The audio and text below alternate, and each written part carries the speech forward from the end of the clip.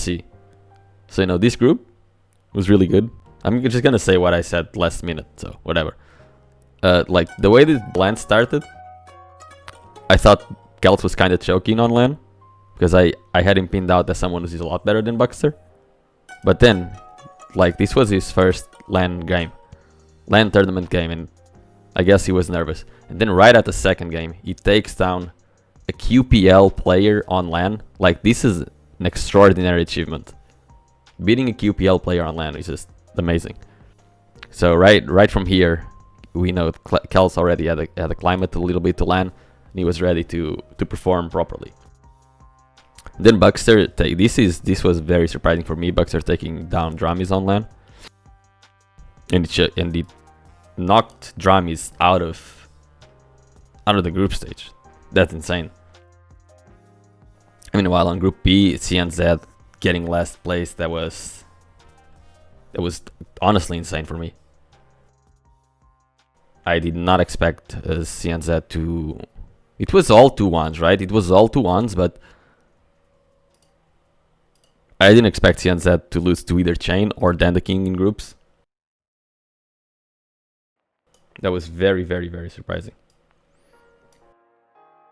Kelt engages the accurate serious portrayal on Clutch. Yeah, although your movement was good on Clutch, Kelt. Your movement was good.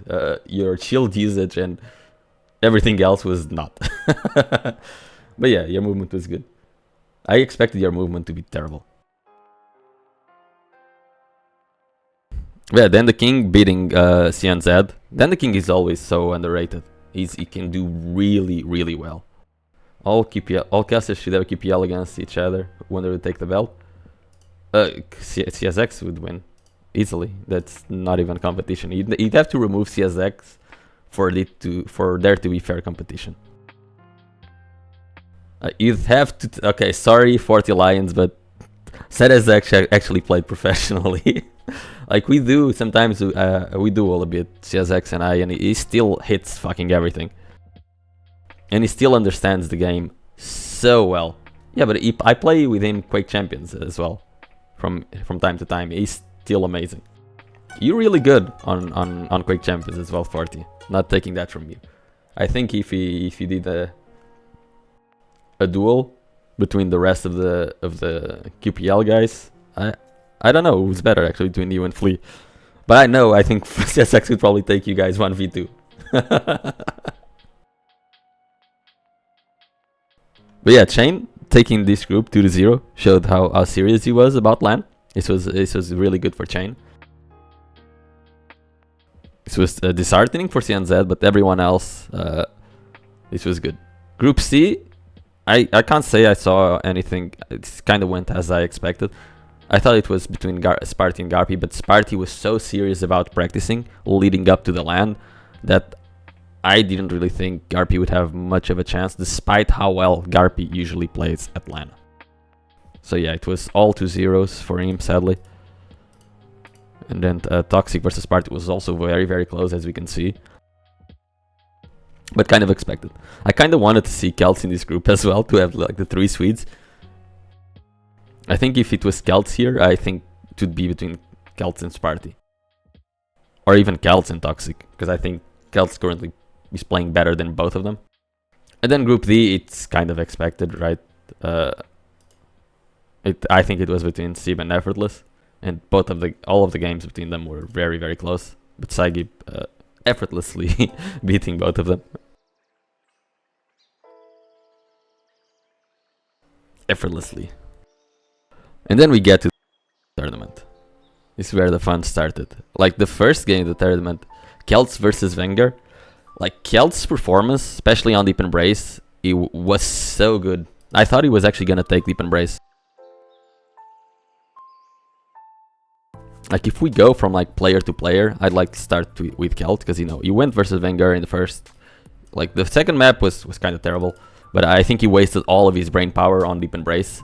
Sadly couldn't win, but it was very, very, very close. Yeah, we remember that. This was so close. This game is so close. I was really happy that Kelts managed to bring such a strong performance versus Wenger. However, then he went to lower bracket, and due to how they drew out the was kind of a mistake on, you know, the organization. Like, Celts could be here, but then Buckster had to be like here or here, not right next, because then this means they were on the same group and now they play each other again on the lower bracket. That's kind of a mistake on their part.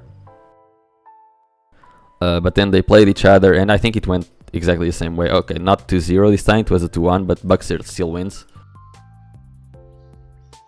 And now let's talk about what for me was the dark horse of the tournament. Like, the player of the tournament for me was Buckster.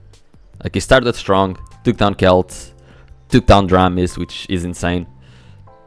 Because Buckster, he is someone that he has been trying to get on QPL for so long. Yeah, I can link you the page.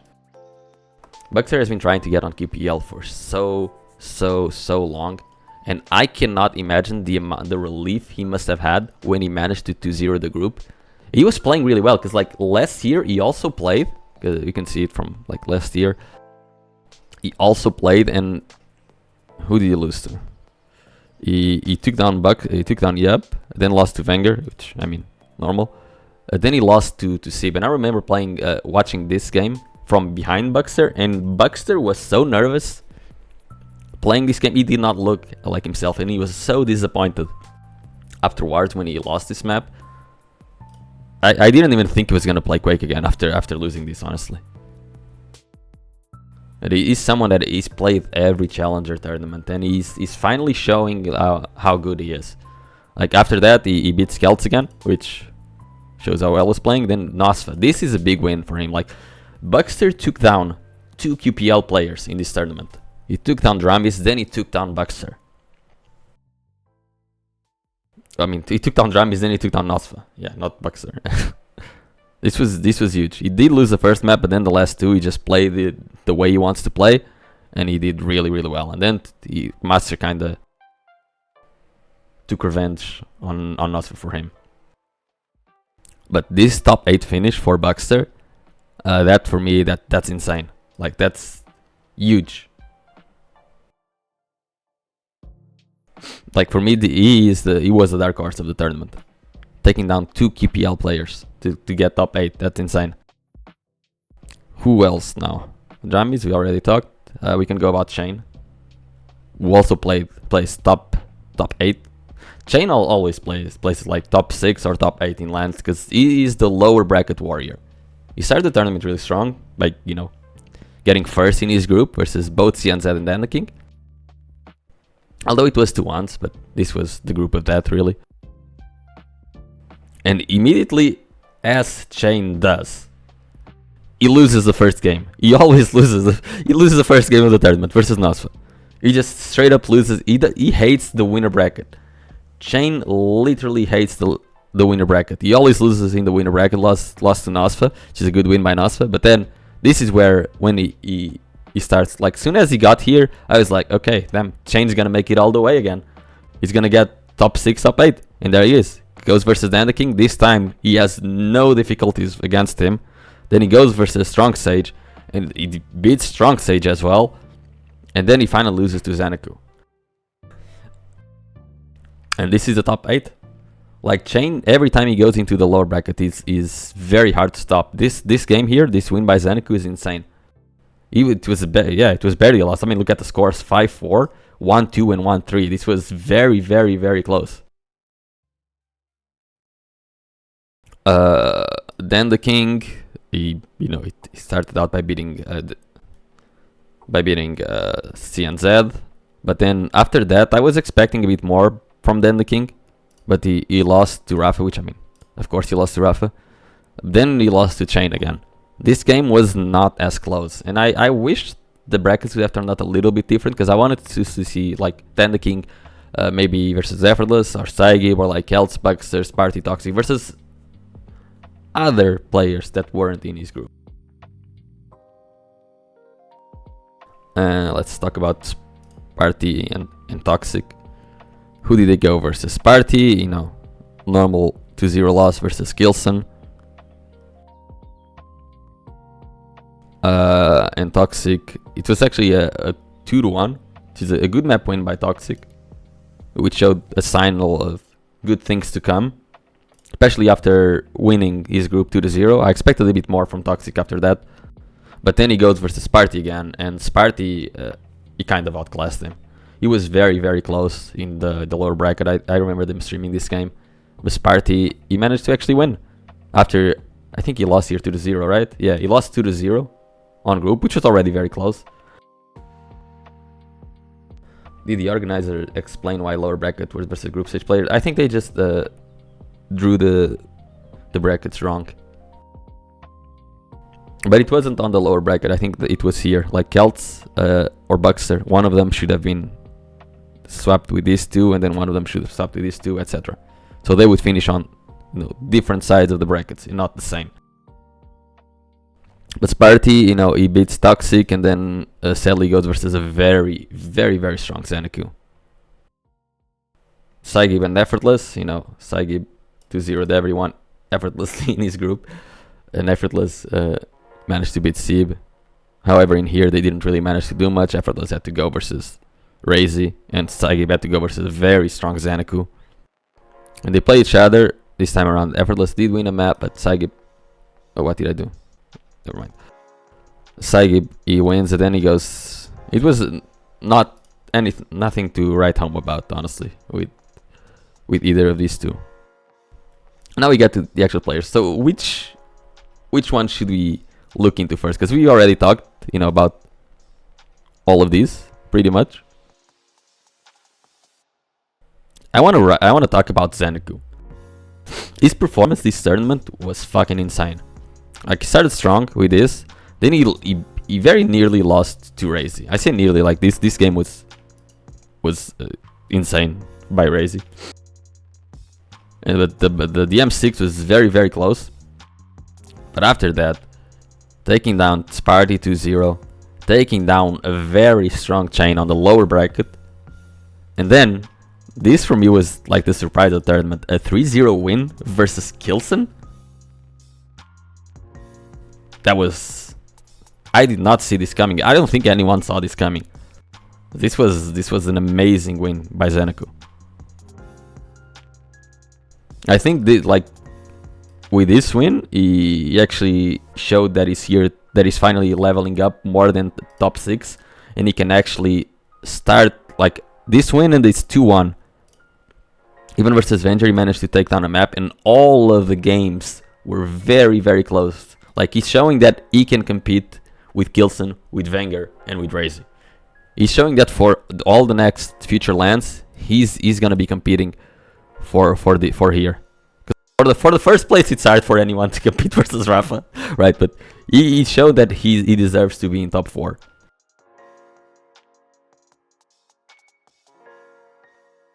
I can't say I remember specifics about the game itself, but we can look into specific games after this. Like, we can try to look into some moments in games. Who else? Oh, Strong Sage, right? You guys were talking about a lot about Strong Sage. Honestly, I expected more from Strong Sage. Like, this was a good win versus Buxer. But expected, right? Because Strong Sage is a QPL player and Buxer is a challenger. This win, like, especially the deep embrace and the win on Molten Falls, it was a very close game. And with this game, I thought, okay, maybe Strong Sage can do something really good in this tournament. But right after such a great performance, great showing by Strong Sage in this match, he immediately goes down versus Shane, and this tournament is over. And I gotta say, like, I kind of expected more from Strong Sage. I knew he was like not gonna get like top 6 or anything. I expect him to get top 8, top 12, so I guess it's still expected. However, if like these players were here with this performance, I'm not sure if Strong Sage would have even gotten top 12. Like, this game versus Venture was really, really close. Especially the Deep Embrace, guys. Like, you guys remember the Deep Embrace. It was Strong Sage running around with Slash at massive speed and still somehow losing the game. Like, that Deep Embrace for me was Strong Sage playing at 200% brain capacity versus a Wenger that couldn't hit shit, and Wenger still won. I think that was like best case scenario for Strong Sage versus worst case scenario from Wenger, and Wenger still managed to pull out ahead. So I don't know. I think Strong Sage, I think he still needs a little bit more work, because now this was his second year on LAN, right? This was Strong Sage's second year on LAN, and if we look at 2020, how was his 2020 performance? He lost to Toxic, who was a QPL player. Then he beat Dandaki, who came from Challengers, and then he lost to Nosfa. So this is 2 years in a row.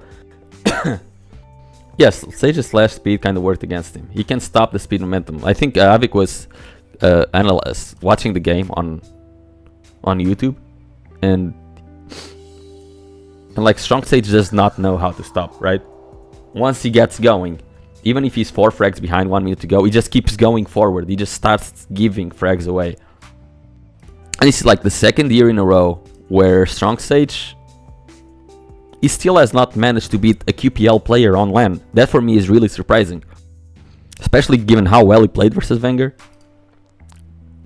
Strong Sage has now played 6 games on LAN, and the only games he has won has been versus Challenger players. He has won 2 games out of 6, and they were versus Buckster, who came from Challenger, and then the King, who came from Challenger as well. And he has lost to Nosfa, to Toxic, to Wenger, and to Chain.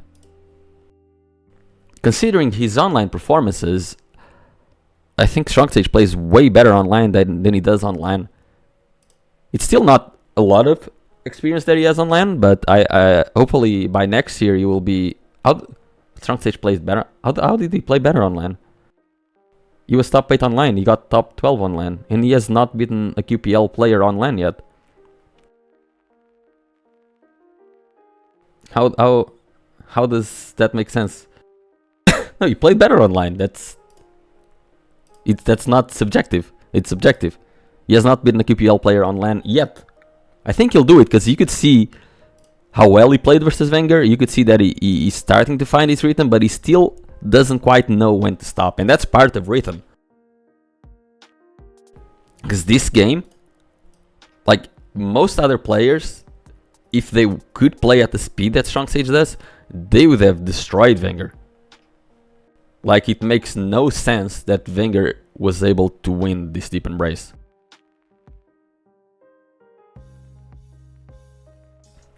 And I mean, online, you can keep the speed going, because due to since whenever there's a ping difference online, whoever is aggressing usually has a big advantage, but on land, it doesn't quite work that way. He's better on land, he's just not as better on land as them. Yeah, I guess so. Wenger was first seed and he almost got wrecked by a challenger. You mean when he won 2-0? We can talk about Wenger now. Like, Wenger, his third place is the most impressive thing I've seen from anyone that couldn't hit shit. Like, he didn't hit... Like, if we watch most of the games of Wenger, he was hitting 25 LG and 20% rail. That's insane for Wenger. Like, how do you hit so little on LAN and still come out third place? Like, Wenger was playing... Like, yeah, mechanically, that was the worst I've ever seen Wenger play. I think if Wenger hits normally at all, he goes to the finals. Because, like, versus Maxer here, he started to hit a little bit more. And versus Wenger as well. Versus Xanaku as well. But, like, these 3 games, he hit absolutely nothing. Like, these 3 games in the upper bracket, he was not hitting. He hit well versus Maxer and Xanaku. Versus Razy, at the end, he was already not hitting much. But in the upper bracket, Wenger was just not playing. So I think him getting third place while half the tournament he couldn't hit shit, I think it was very, very impressive. Especially given that he still managed to beat a Maxer who he usually struggles against. And the Xanaku who was playing out of his fucking mind. And now, let's talk about Kilson. Kilson getting top 6. I mean, it's not bad, right? Like, the top 6 was pretty much set up, right? We knew these players were going to be the top 6. Like maybe Chain could have edged it out to top 6. How does Wenger disappoint by getting 3rd place? Are you only satisfied with 1st place? Because if that's the case, you cannot cheer for anyone except for Rafa. But yeah, we had the top 6 pretty much set up, right? We didn't know exactly the order, but we kind of expected something like this. Maybe Zeneco here, Kilson there, Maxer here, etc. We didn't know. I guess we expected Kilson. He was not playing that well, even in the online already. He was, where did he top place online? He placed 4th, which is already unusual for Kilson. Like, he lost 13 maps. If we compare that to his last season, before that, he lost 3 maps. Like, this is never going to be repeated. One player losing 3 maps will never happen again. This is how far ahead he was compared to everyone else. And I think he kind of didn't practice as hard this year. So he lost 13, like, he lost more matches than maps he did last year. It's insane.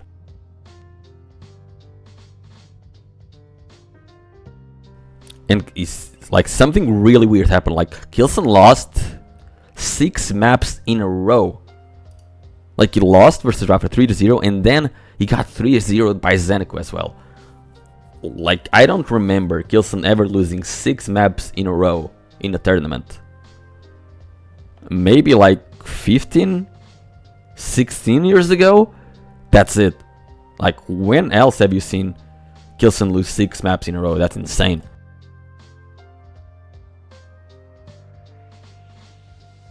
I don't think I've talked about Maxer, but he had a pretty, normal performance. I don't think he won any hard game. He beat Toxic at the start, kind of a weird game. He lost to Kilson 2-0. Then he beat Saigib as expected. He beat Buxer as expected, and he lost to Wenger. It was a very standard performance by Maxer, which is really good. It says a lot about him that we think him placing top 6 is standard. But I think he still has a lot of room to improve. And given that he couldn't really practice much for like half the year, because he was like moving, switching life basically. He was still getting top 6 was still great. Razy seemed unstoppable at the start of the tournament, right? He took down Zeneco, he took down Effortless, and then he took down Zeneco. Zeneco was playing out of his mind. And then taking down Wenger 3-0, this was insane. And then he lost to Rafa, like 3-0 versus Rafa. Like, I thought, like right after this game, I thought, okay, Razy is here to finally win the tournament. But then we saw the Rafa games, right? Like, Razy was playing at a really high level, but then Rafa, I gotta say, I think I was kind of, again, I think everyone underestimates Rafa due to his online performances, especially his online practice games. And then as soon as we see Rafa play one map on LAN, we remember why he's the greatest Quake player of all time. I think we overestimate Rafa on his online results. And soon as Rafa sits down on a LAN computer, he just obliterates fucking everyone. Like, he did not lose a single map in the winner bracket. And I don't think any of them were even close, right? Like, 16, almost 10 frag difference. Even versus Kilson 5, 6. This is the only map which was close. Versus Razy, none of them were particularly close. And then Razy at the end, he managed to play versus a more composed Wenger, but it was still not enough for Wenger to win. I still didn't think Wenger was playing very well at all. Thanks for the follows, by the way, guys. Sebizor, Saitev, and Terry. Then the grand final. Finally, Rafa losing a fucking map. Finally, he lost one fucking map. But I thought he was gonna win that. Like, after I saw him 3-0 Kilson and 3-0 Razy, I just thought, oh shit, he's not gonna lose a map. He's here to fucking destroy everyone. And Razy actually won a map. And what was the... Can we find are the picks here? Okay. And... Okay, the picks are here. Like this one, this was fine. this clutch, this scale pick, I thought this was awful. I thought this was generally awful, especially because Nyx was the first champion pick, right? This scale pick, I don't know. I'd have rather seen Razy go with the visor here, and then use like something else on Awoken, like Doom on Awoken, Galena on Awoken, and leave the scale for Molten Falls potentially. But this scale pick was very weird. But still, Rafa just played out of his mind. Then the Awoken came, and I thought I thought giving a visor to Razy is always very strong for him. And also, this is the first time. I think this is the first time we see Razy actually smile. Like look at this little smile. Have we ever seen him smile before? He seems to be in a really happy place now. Like he was really happy during all of this QuakeCon, and he was streaming like last week during a study as well, and I think he got second place on last study. But even then, he was very happy. That's an upside down frown, yeah. Even then, he seemed really happy. He was very chatty. So I like how happy Razy is right now, and I think he's in a really good place mentally.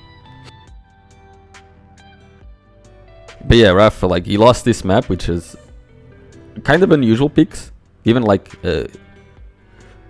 Ranger was the first champion picked, and Razy kind of goes with like the what counters clutch, and he still somehow makes it work. I think if they replay this game like 5 times, I think Rafa wins like 3 or 4. But I think Razy really needed to win the CK as well. With these picks, I think he really needed to win the CK. Like these 3 matchups are all really hard. Like Nyx is very good on wins compared to Scale, especially versus Scale. Awoken, I thought Razy was gonna win Awoken, honestly. But Blood Covenant is really hard to win versus the Doom, and then Molten Falls is kind of balanced again. But like in 6 of these maps, I would give the advantage to like Rafa in like 4 of them. In a big advantage in at least 2 of them. CK and Awoken could have gone either way, yeah. But I'm surprised that like Rafa was the one that banned Slash. Razy has a chance to pick the first champion, and he doesn't go with Anarchy. Anarchy is one of Razy's best champions. He decides not to go with Anarchy.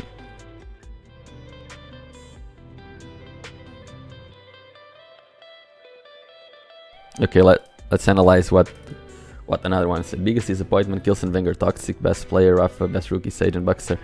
I don't think I agree with much. Biggest disappointment was Dramis for me. Dramis and CNZ not making it out of groups, that's a really big disappointment.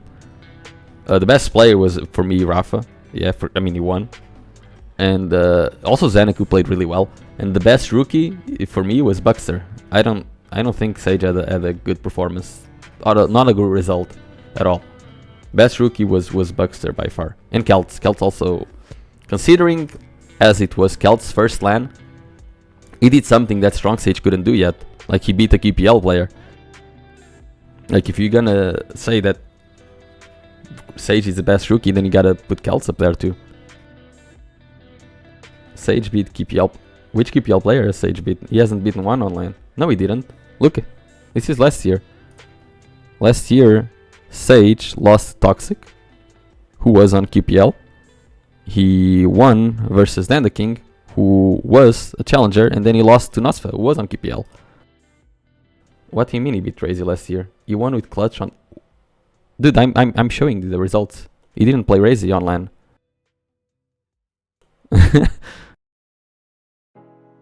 Maybe it was online, sure. I mean on LAN. On LAN he has not yet lived to how good he can play. Because I think it's good if we think this is kind of a letdown by Strong Sage, because it shows how good his potential is. If I think he didn't perform as well as he could. Veng coming third is okay, but with how much he struggled, third is, yeah, that's what I'm saying. Like, Wenger was struggling so hard that for him to be able to take a third place, that was mind-blowing. Like, special, like this deep embrace shows Wenger's performance, right? He was getting outclassed so hard by Strong Sage. He was getting outsped, and he still won. Somehow he still won this map. That was insane. While hitting nothing. I think, like, what is? Do we have the game here somewhere, right? Close player, sure. I don't find anything. Am I blind? Wenger Strong Stage. There we go. Like, the team comeback was more Strong Sage giving him the comeback than him, but him not dying for long of it was insane. Because I remember Strong Sage had control for like a whole 7 minutes. Like, let's look at the stats. Strong Sage was also not hitting shit, but Strong Sage doesn't usually hit that much.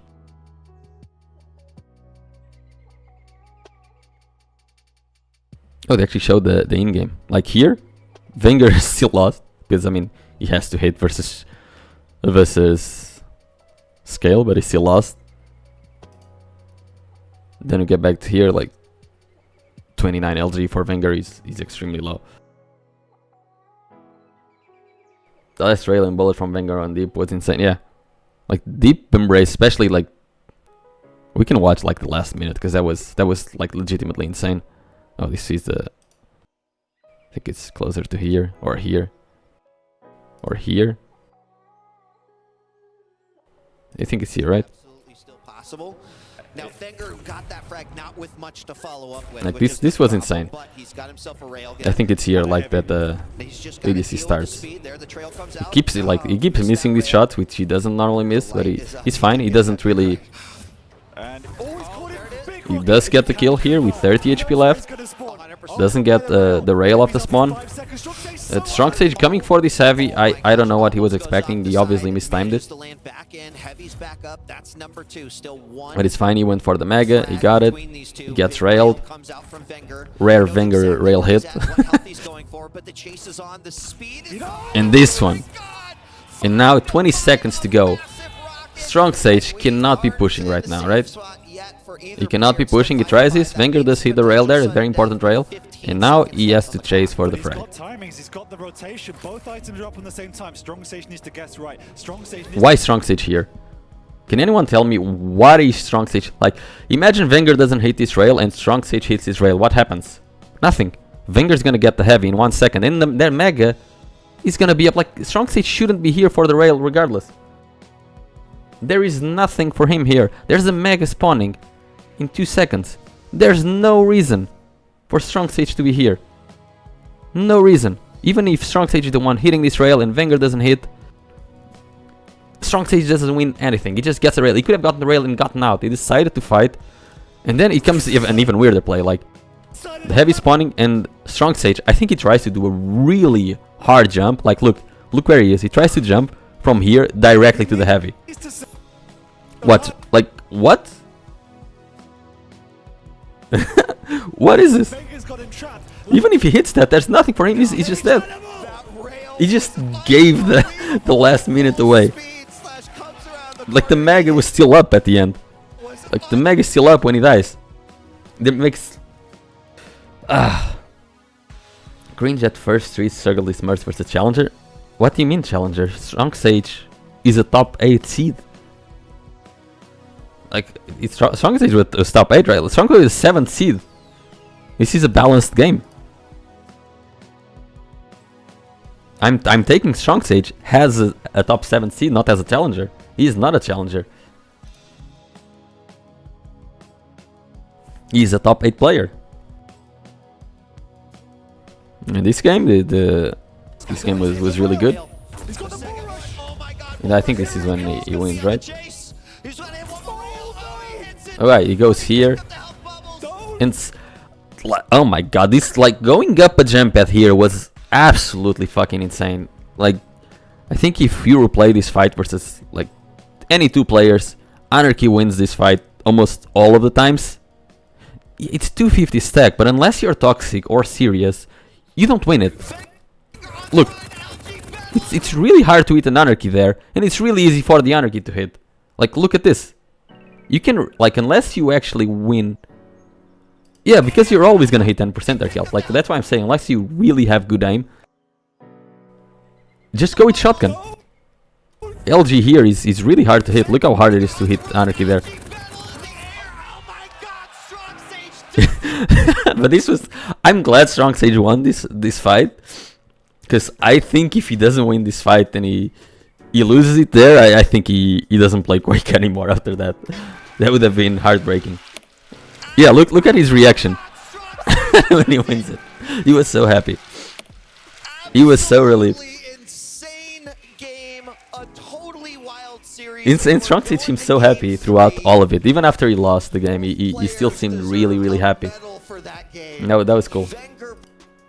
Jealous you got to watch it, but my player did Strong Sage play. Alright, this was also a very close game. In that lower bracket and sees that player. That's what I was gonna say. That's what you add, Ketchup. So, like, it's surprising that this one was this close, considering the item difference. Look at the item difference. 30 major items for Wenger, 8 major items for Strong Sage.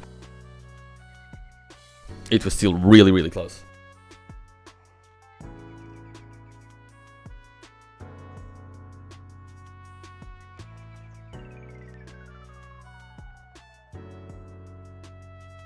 Have we talked? I think we've talked about everyone, right? Oh, we didn't really talk about Nosfa, but I don't think there was much to talk about. It is a normal performance for Nosfa. Like, usually on LAN, Nosfa doesn't perform as well. Like, this time he actually did beat Shane, but then he lost to Rafa, and then he also had a surprising loss versus Buxer. But Nosfa doesn't usually play very well on LAN, and that's because he never really gets practice on low ping either. Like, 99% of the experience Nosfa has is high ping versus high ping. And how are you ever gonna perform well on LAN if you are not allowed to perform, to even practice on low ping? Like, it's very hard for Nosfa because it's a completely different game.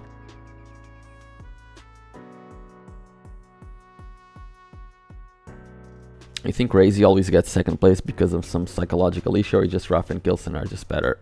I mean, Ruff is better, right? Ruff is objectively better than everyone. Like, we can look at, where is it, here? You look at the performances.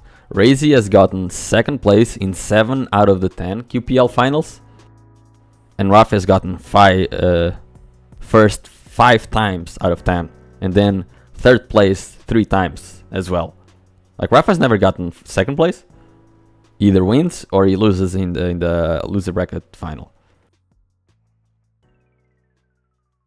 It's this page. So Rafa is just, better.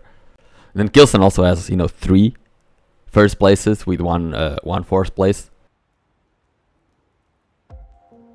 Yeah, Razy, the thing about Razy is that he is the most balanced and consistent Quake Champions player since Quake Champions start, not since QPL, even since Quake Champions start, because even back then he was doing so well in the earlier events as well.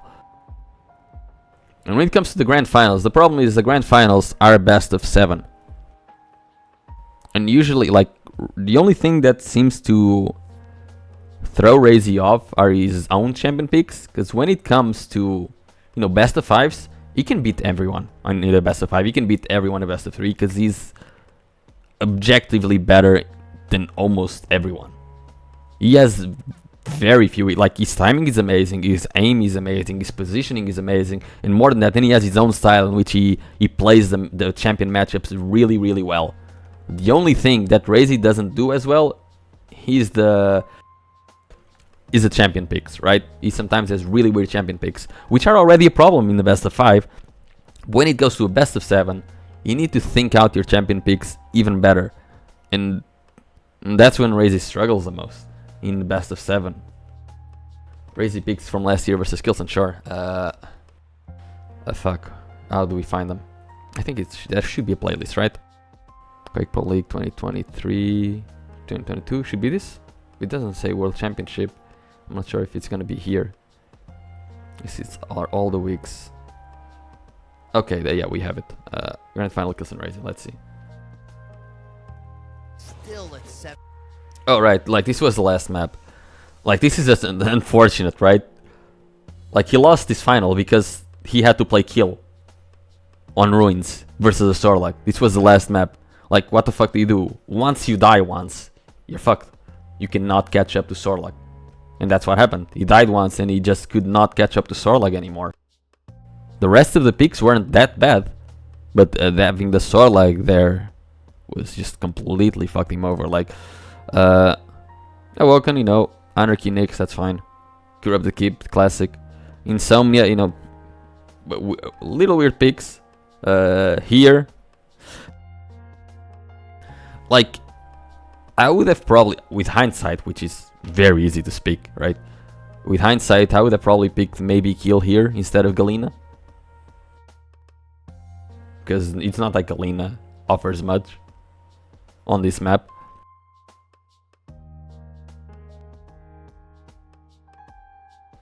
And then I think even Rafa talked about it, because he tries to make like the best possible pick for this specific map, but without thinking of future maps. Where if he had like maybe a worse pick here, he could have had a better pick on Ruins. Because like Galena versus Sorlag on Ruins is fine. Any bans like this is a very weird ban, banning the scale. He could have left the scale for Ruins and they could go Sorlag versus scale, but instead of banning kill, he bans the scale, which kind of fucks him over. So yeah, I think if someone else did the picks for Razy, like I'll say right now, if Razy paid me to make the picks for him at every LAN, I think by now he would have won at least 3 LANs. It's not that I'm good at making the picks, but with his skill, he should have already won a few LANs if he was a little bit better at picks. Because it's not like you get to LANs and it's not like he's playing differently. He's still playing the same. He just ends up with really weird champions sometimes. It's not like he choked on finals, because he's playing really, really, really well still. Yeah, I think it was on QuakeCon when they put scale on Ruins. I don't mind scale on Ruins, but it has to be versus a tank to make it work. The real QuakeCon final is Sirius versus Maxer, yeah. And we just said, like, how do you guys think Yup, Zron, Avik, and Sirius would have performed if they were here? Because given by how this went, and like I think Sirius was on Group B initially, I don't think he would have had much of an issue. I think the groups are a little bit different. I think Sirius was gonna be here where Chain is, and I don't think he would have had many problems versus Nosfa. He would have probably lost to Rafa as well. Probably. And after losing to Rafa, I think he would either end up here or here. I don't remember. I don't know how it would be, but it would be in one of these two, right? So you'd get here, you'd have to play Buckster. To play Buckster, I think he would win easily. Then you'd have to play Maxter. I don't think Sirius has ever lost versus Maxter, so I think he would win. Wait, does that mean? Alright, if he would get here, that would mean he gets at least top 8. And then this game versus Maxter would be the game to top 6. This would have been a really cool game to see on a QPL LAN. Sirius versus Maxter. And the winner versus Vanguard, that would have been really fun. I don't know, I mean, I think staying here top 8 would be normal for Sirius if he managed to win versus Maxter and get top 6. That's insane, considering how little he actually practices. And I don't think yeah, none of the games would have been too hard for Sirius to get even top 6. Avik, I don't know. I don't remember what group he was in even. But Avik, I don't know. Avik only really depends from himself how focused he is, and he doesn't seem to be that focused in competing at high level in Quake Champions anymore, sadly. He's one of my favorite players to watch. And when it comes to Zron, he always performs well at LAN. Sadly, we were not allowed to watch him last year or this. He usually plays well. He's kind of like Chain, right? You don't see anything incredible from Zron, but he always performs. He always places here. Very, very solid. Yep, I don't know. I mean, he played last year. It wasn't really anything to write home about, but it was his first experience. He lost versus Saigib and he lost to Buckster. I don't know if this year would be different. I think he was also on this group. I'm not sure if he was on like serious group. I think Effortless tweeted out the groups, right?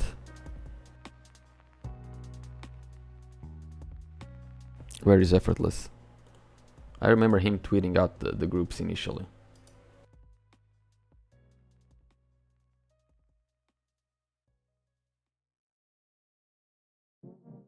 Well, that's his group. Where are the rest of the groups? Does anyone have the rest of the groups? Drum is Ron, Garpy, Effortless. And this group, if all of these players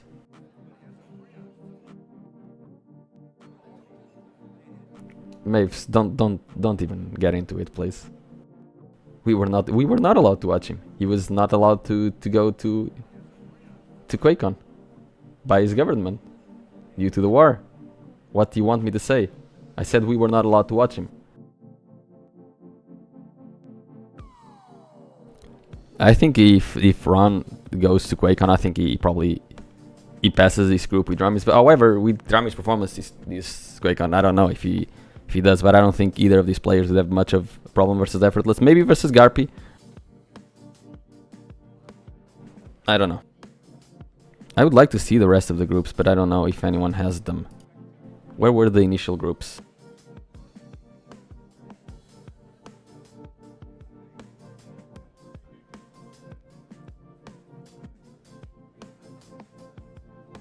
The YouTube videos. Oh, I made groups. Yeah, right.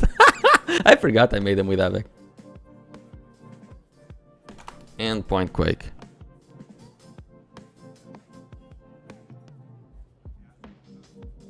Groups. Predictions. QuakeCon group stage prediction. Oh, this was already before.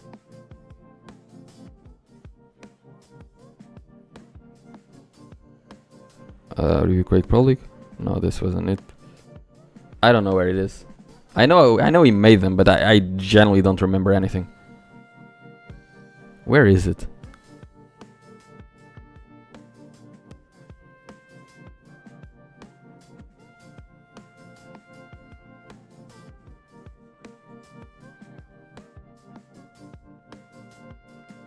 Because I think this is already has like the what is up, guys? The updated groups, right?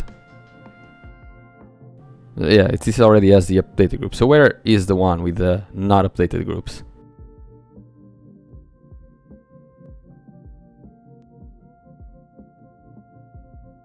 Because this was just a random QuakeCon. Oh, there it is. It was here. Ranking on the PGL side. Okay, we have the groups here. Okay, we have the groups. So this was, okay, seed 9 and seed 16, etc. So group A would have been Zron and okay, we've seen this one.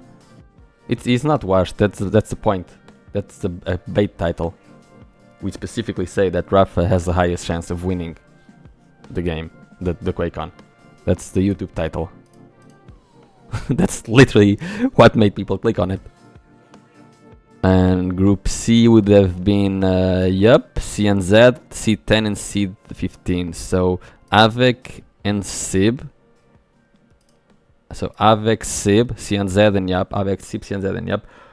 Yeah, I don't think Yup makes it out of the groups if you went. Because Avec and C and Z would likely make it out.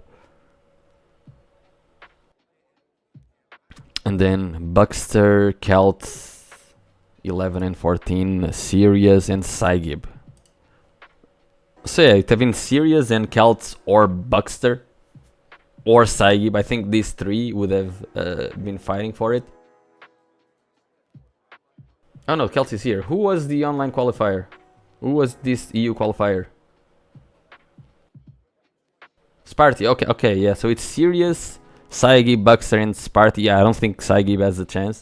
Buckster, and it would be between Buckster and Sparty likely, so probably Sparty because he was playing really well. Although Buckster did play top 8, I think it would be in between Buckster and Sparty, right? And their teammates, so it would have been amazing to see. And then here, Celts, then the King, and Chain and Toxic. Celts, then the King, Chain and Toxic. This was like for me this was the group of that, because this was the most balanced group. Chain, Toxic, Delta, and Gang. Anyone could have made it through there. But yeah, I think if everyone managed to go, Yap would have to have a monster performance to be able to make it out of the groups. Avec probably makes it out. Sirius almost certainly makes it out. And Zron, it depends on him and Garpy, I guess. But yeah, they didn't make it there. Now what I'm curious about is like, what do you guys think? Like, how do you guys value this QuakeCon, given that these 4 players weren't there, and you also don't have, you know, a lot of CIS players there? Like, does the top 16 or top 12 here means this, if the rest of the players were in and CIS players were in, that these people would place lower? Or what? Probably weakest QuakeCon? No, probably weakest QPL finals in history, maybe? But not QuakeCons, because if you look at previous QuakeCons, especially in Quake Live, there's only like 2 EU players. This is still pretty cool.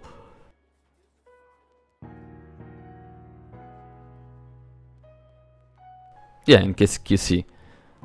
QC maybe, yeah. Maybe.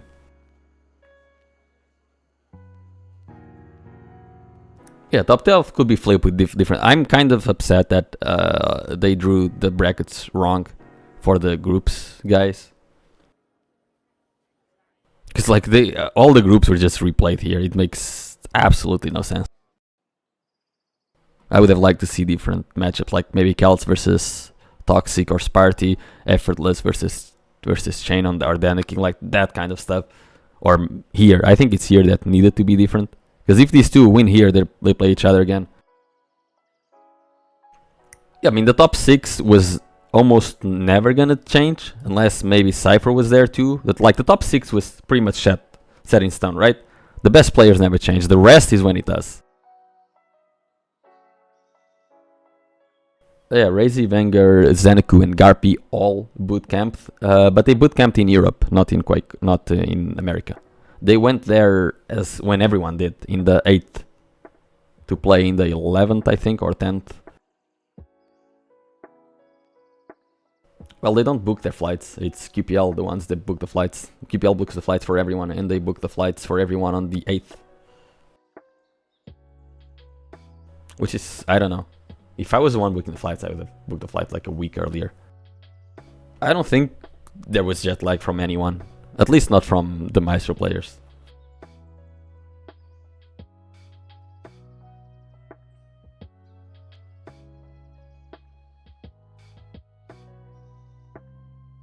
Oh, I have this here. And I stand by this. For me, the Dark Horse of the tournament was definitely Buckster. Really, really amazing performance. And Rafa, you know, only one map loss as we've seen. Why is it? Because you can't time Celts. Okay, look, you can't time. Celts, don't even. You time as well as I do, and I don't pick up items. Celts, no, you out damage everyone. Not my fault. He has Raising Magic. Oh yeah, I can show the cards. I wanted to show the cards, but I don't have them with me, so I can just show, like if I can find them. QPL cards, player cards. I don't. Okay, there it is. Compressed. Is it the final one? Okay, this is the final one. Okay, I can show them here. How do I?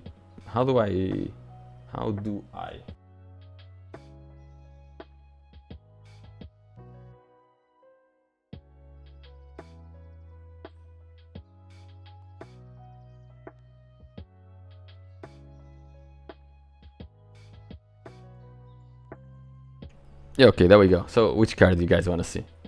I don't know why it started on serious. Let's not watch serious cards yet. Like, we will watch all of them serious. It's not your time yet. Rafa, you know, not much to say here. The only reason that Rafa's defense isn't S is because in Quake Champions he doesn't really defend, because he just goes forward. Look, if I needed to nerf Rafa in something, right? I needed to, because he was already overpowered compared to, like, he has 4 S's. Look, Razy has 5, 1 S. Kilson has 2 S's. Rafa, he has 4. I cannot give him S on everything, okay? And if you consider combat, I don't think Rafa's combat is that good. He has a lot of fights where he wants to fight. His fight timing is impeccable. He doesn't hit as much as most of the other players, especially most of the A combat players. And his defense is only not S because he doesn't really defend much in Quake Champions. That's it. That's my take on it, and that's from looking at some of the stats and analyzing his games. But everything else is the best. Wenger, he sucks at timing. His aggression, he doesn't really aggress. The rest is, it's just Wenger things.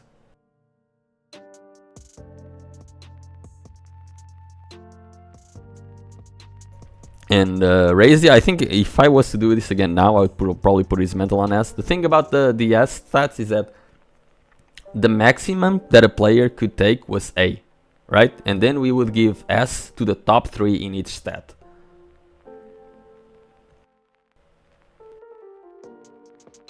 So, Razy was pretty much the most balanced player all around, no real weaknesses. And then on mental, he should have had S as well, but I gave Xanaku the S because I didn't know he rages so much.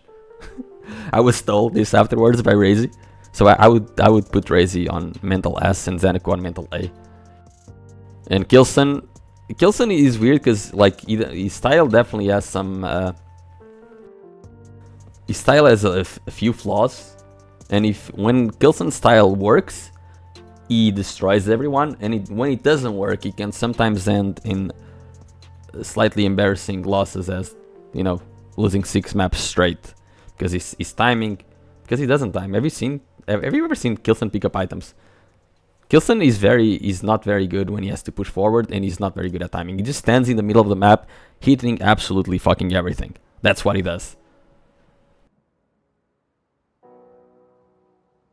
And then Xanaku, if I was to do this again now, I put Xanaku's mental on A and raise his mental on S. But everything else, I think it's accurate. His timing is great, his versatility is great. His combat is not that good. Xanaku struggles a little bit in fights against against some of the players. His aggression is it's normal. His defense is normal. I think I'd say Xanaku's biggest strength is that he's very composed how he plays, and he has a very wide champion pool. Maxter's defense is probably the best that I've seen in all of QPL. He has some ridiculous defense. Like, it's very, very strong defense. It's very hard to push. It's not that good when he has to push, but he's really, really hard to push. And his mental, maybe Maxter's mental could be S as well. He seems he's a very, very confident guy, very dedicated, very motivated. But his defense is what makes his style work so well. He hits fucking everything when he has to defend. Then Avik. Avik is one of the best combats in all of QPL. The only thing really holding Avik back is his mental. And his mental... Okay, I have to show the last card. I don't think they're here. Wait. Is it not here? Oh, right, the card. It's not here for some reason. Okay, whatever. But his mental is only C because mental... And I'll show you guys what that mental means. Where is it? Where is it? Where is it?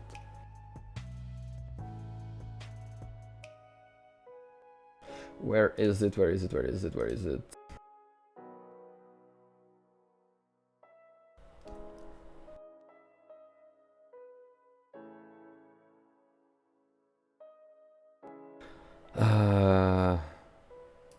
Where is it? Where is it? Where is it? Okay, I found it. Ah, fuck it, ran. Okay, there it is. Here it is.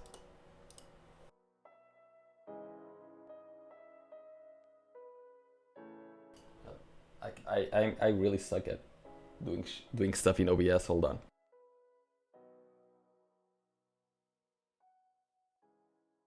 Oh, there we go. Like, cause mental is the ability to stay composed, dedication, motivation, and focus. And Avec is usually composed, right? He's not dedicated. He is not motivated. Like these two in Quake Champions, Avec is like 0 at both, right? Because he doesn't really practice and he's not really motivated to practice. And these two are two factors that I put in that have to count into mental. You know, for the rest, it's pretty straightforward. You know, combat, aim, dodge, and it's weapon selection. Offense, it's decision making, how aggressive they are, how effective they are. That's pushes. Defense is the positioning and spam, and timing is self-explanatory. Versatility is how many champions the player plays, how many maps he plays, and how well they adapt. So when you look at players like we'll see in a bit, like for instance. For instance, Nosfa. Like Nosfa doesn't really have many weaknesses, but his versatility is very low. So yeah, that's why Avic's mental is so low, because he doesn't really give a fuck. Like CNZ, it didn't seem that. Maybe that's why he performed so poorly, because he didn't really seem that focused or that dedicated. He's not good at aggression. He has very good defense and very good timing. Everything else is kind of average for CNZ. His combat used to be a lot better. Or rather, his aim, maybe not his combat per se. And Nosfa, like, look at Nosfa. If he improved, like, the only real weakness from Nosfa is his versatility. Because he doesn't play, like, 4 champions, and he doesn't play 2 of the maps. And if we look at, like, let's do it like this. I'll go look for some stats to prove this.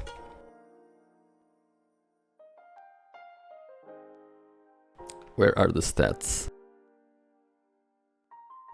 Nosfa, okay, found. Like if you look at the stats from Nosfa, look at this.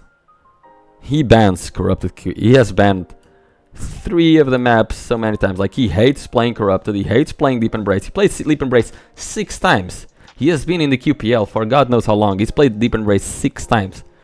He always bans Corrupted, Deep Embrace, or Veil. He doesn't play 3 of the maps, pretty much. And then you go to Champions, he has never played Kill. He has played Clutch once. DK twice. He's terrible at Galena for some reason. He doesn't really play Nyx either. So, you know, it's when you don't really play 3 of the maps, your versatility cannot be that high. Because, like, he's really good at the other maps. And if he fixed his versatility, he would, like, catapult himself to a really, really high level. But then you put that into, like, that he never really got sloping practice, and it struggles, obviously. If he moved to Europe and he started learning the other maps, I think Nosfa instantly goes to top 6, instantly.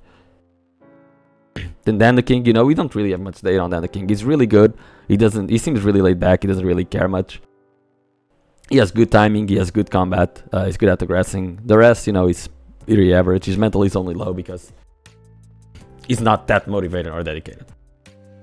And, you know, because he doesn't really have many people to practice with. Everyone is pretty average in Australia compared to him. Chain. Chain has a very weird style, right? He has stellar mental and amazing defense. I'm sorry, OFs. You needed to hack me better.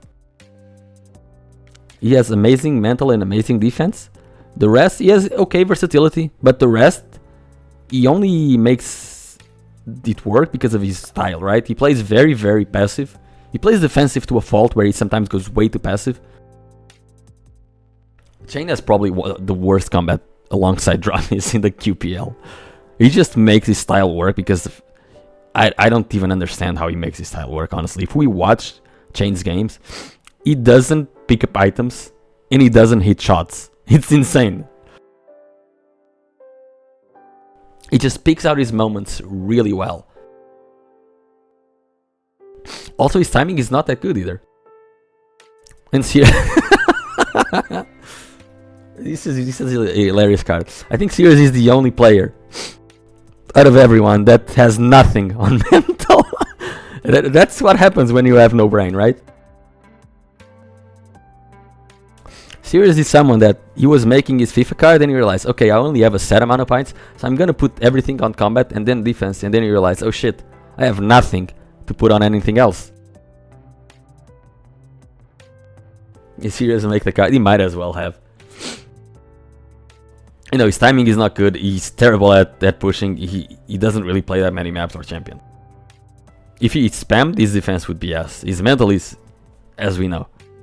He probably has the highest average LG out of everyone. And Sparty has the best timing.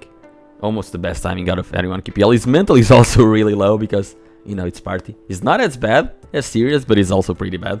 However, in the last 2 weeks leading up to QuakeCon, his mental was great. He has slightly more versatility. His defense and aggression are not that good. He's pretty average in this. Yeah, Sparty is insane. Okay. He cannot stop typing. I remember Sparty usually, like, when he goes into a game, he says, okay, I am gonna unbind my chat key so that I don't tilt. And as soon as he gets fragged, he presses S, he changes back his bind key so he can start chatting again. That's why his mental is that bad. But he has the best timing out of everyone. And Strong Sage, I didn't think his mental was this bad. I actually asked him to rate himself, and these were pretty much the stats that he gave me. It didn't really change much from this. I think his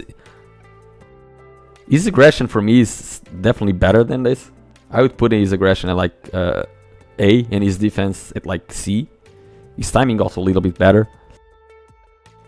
But yeah, I guess this... Yeah, I definitely put his defense a lot lower now. And his aggression better. And his timing maybe a bit higher.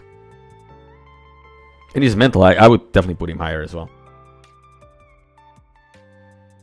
His versatility when he only picks 5 champions. But he can play more, yeah. No, we didn't look into Toxic yet. Jamis... yeah, I don't know. I'd probably lower his combat a little bit now. And I'd probably increase his mental a bit. Everything else is you know, solid. He's better at attacking than at defending. His timing isn't great. He mostly uses his rail to attack. That's why his rail accuracy is so high. But nothing too surprising with Drumy's card. Garpy... I mean, Garpy his defense is great because he has really good plus back rockets. Everything else is kind of average. Nothing that impressive. Just he has really good defense. He's very annoying to go up against. And he has surprisingly good combat. Yup. You know, he's solid. I'd have liked to see him on LAN to see if he would have lived up to this or not. He's not like... He has okay timing. He's okay at the aggression, okay at defense. He mostly uses his rail. His versatility isn't great, but I think he's a solid player. Yes, this is a context in QPL. An F in QPL. Well, I had made stats for me to compare. But like, for me, for instance, my stats were basically C's and D's. And Kelt's. Kelt's timing is D. Given how we played in QPL, now I would increase his timing to B, probably. And maybe I would lower maybe his versatility by a little bit. But everything else I would probably increase. Shut up, Kelt. His mental, I would probably increase his mental. Although, Kelt, it really annoys me that you mumble every 20 seconds. It annoys me beyond belief. I don't know why you do it. Like every time you frag or get fragged, you just mumble something. Nobody understands because you speak so low in volume, but you always just mumble something. Okay, look, I'll show you your card, yep. Your cards, I don't know if Oryx has sent you the cards yet. If he didn't, let me know and I'll tell him. to send it to you, or maybe when it sends me some packs, I'll send you yours, or rather I'll send you a pack. Just played after being awake for 24 hours. But yeah, I'll probably increase Kelt's timing now, and his mental maybe a little bit. His combat, I would like his defense. Kelt's defense, I would probably increase to B or A. Combat, I think his combat I'd probably increase to A as well. Everything else probably stays the same. But I think Kelt's, like, given that he's a very young player and probably never played previous Quakes, just like Strong Sage and Yep, I think these three players think of the game very differently to the rest of us. Because Kelt's, he doesn't really seem to think of the game in a way of timings. Versatility. Wait, now I wasn't here. Here, I'll show you again. There we go. Kelts, you say you think about items, but the way that I see how you play is that you play basically thinking only of the enemy routes and enemy movement. Like, you're always doing some damage to the enemy player. You're very, very good at that. It's sort of like what Maxter and Xanaku try to do, but you do a lot more damage than them. But Xanaku is way better at timing. There you go, yep. How do I don't know how to put it back where I was. Oh, there we go.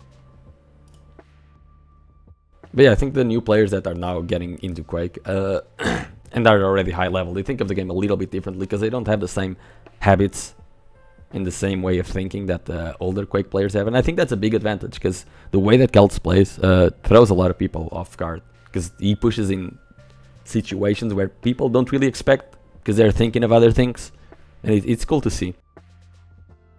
Saigi is one of my favorite players. I don't think his mental is really low because he's not that focused on improvement or in duel. His combat is great. His defense is terrible because he never tries to defend. He just goes forward and wants to fight. The only thing Saigi wants to do, he wants to fight. He wants to have a good time. He wants to fight, and he's really good at fighting. But if he's losing by 10-0 or by like 2-0, the chances are he's gonna lose 30-0. Yeah, I guess so. And Toxic. Toxic doesn't really play a lot of the maps or a lot of the champions, and he's also not good at timing. That's it. And he's mentally, of course, he's not as focused on improvement in Quake, especially not in online games. Like the Toxic we see online is usually Toxic stats kind of smurfed on, yeah. The Tox we see online isn't usually the Tox we see online. No, these are not uploaded. But well, Oryx was giving them away on QuakeCon, and he's gonna send me a few packs. I'll probably give to some players at future lands that I find if they want. I don't think he's planning on selling them. I told him he should sell them because the money he spent to print this, he must have spent like $600 to print out these cards. Because I told him like, oh, just print out a couple of packs and give each player his own individual card. And Oryx said, no, I'm gonna print out 101 packs and I'm gonna give each player a whole fucking set. So he must have spent like $600, $700 just to print them out. So I was kind of hoping that he would sell them online, so that he would at least make some fucking money back. Yeah, he retired 17 years ago, and he's raw skill. Like, I should have boosted Toxic Combat to S. The problem is his dodge is not as good, and dodge is kind of important. But the rest, I think, he should still give him S combat skills. And Zron, Zron is solid. He doesn't really care about Quake Champion, that's why his mental is S, but he's solid in a way that he doesn't really have many weaknesses, but he doesn't really have many strengths. He's just solid.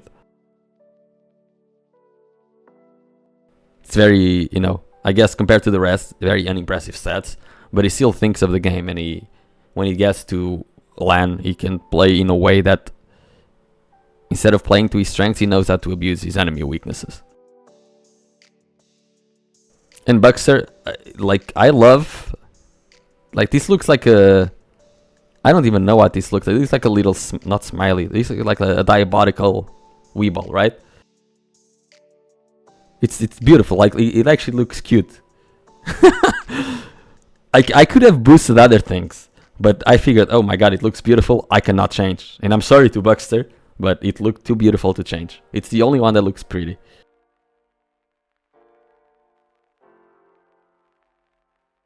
And I'd say this mental is from basically from last year that I've seen him play, but now his mental would be B. It would be here, his mental now. The rest is maybe his aggression a little bit more, and his versatility definitely improved since last year. The rest I don't think I would change much, but just improving his mental, his versatility a little bit, and maybe his aggression would be enough to boost him to tier B. And I think it would reflect on his performance. And Effortless, this was basically the stats that Effortless told me for himself. You know, he has good timing, good combat. He doesn't care about the game apparently. He doesn't know how to camp. And with the rest, he's normal. And we didn't really see much of him. So I did, like, when I didn't know how to rate a player, I would ask themselves to rate themselves, and also players that played with them. So it's not only me rating. And Sib.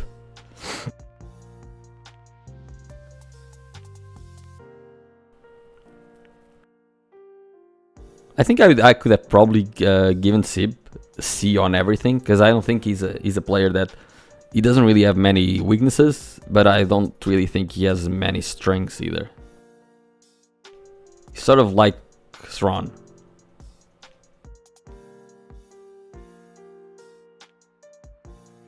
What about it? I think it reflects most of the players pretty well. Sib gave up on improving 4 years ago. Yeah, I don't know, it kind of feels like he does. And whenever I see his stream, I see him mostly play like TDM or FFA.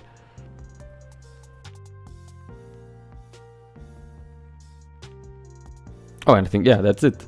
I think that was the last cards. This is the funniest card for me.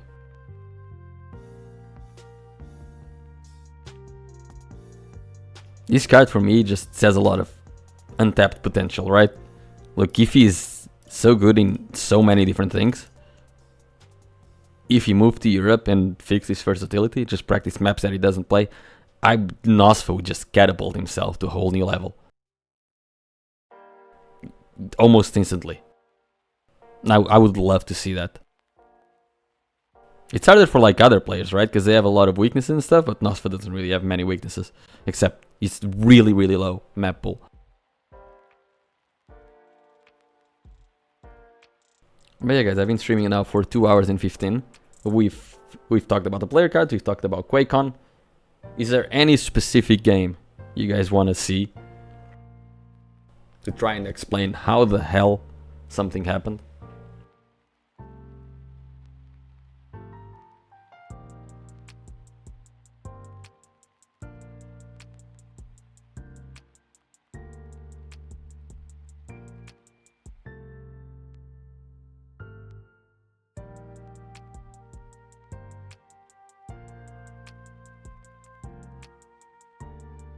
Zeneku improved like crazy after moving to Europe.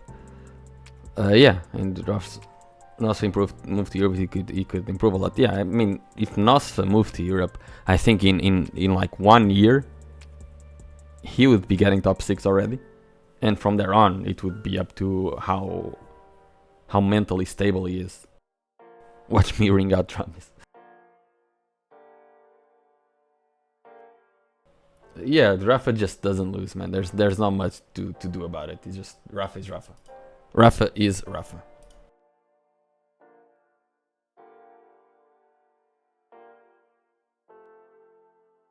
What is actually the most watched game?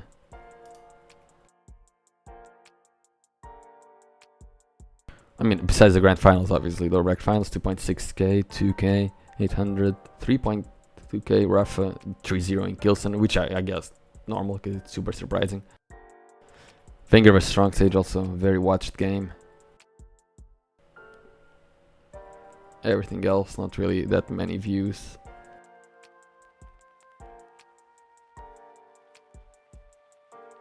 Yeah, okay. I guess it makes sense. This game doesn't even have 100 views. That's actually funny.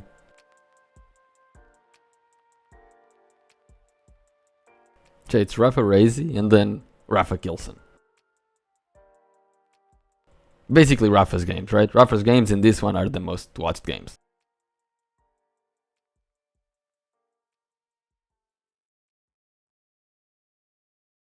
I'm curious about the stats in this. Oh, this is a lot. The stats in this map.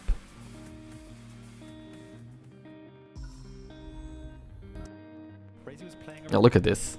Like, when the fuck are you gonna see Wenger again hit 20 rail in 20 LG? Even 20 machine gun. That's. Do you know what I like? You see what I mean? This is ridiculous.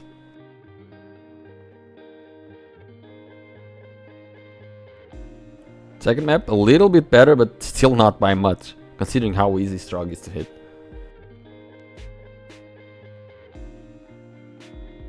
In third map, already slightly more, because he's playing versus a tank. Who do you think is the second best Quake player ever? Not just QC, not just QPL. Oh, I don't know. Cypher? I would honestly be inclined to put Razy there. Like, honestly. I think I did the power ranking. Wait, power ranking? Is it this one? I didn't add all of the players. Like, this is a power ranking that I personally I just add events, right? I didn't really add most of the players yet. I just added like the top 4. I just, you know. And these are the Quake World Championships. And these are the stage finals. Not season finals, but stage finals. And I tier them differently and I give points slightly differently. Like a tier 1 event I give 200 points for first place, and a tier 2 event I give 150 points. And currently after this event, there we go. After this event, Wenger actually takes third place in front of Kilson. And Rafa and Razy are at top 2. I guess that's... And no one else comes close. But I didn't really add the rest of the players yet.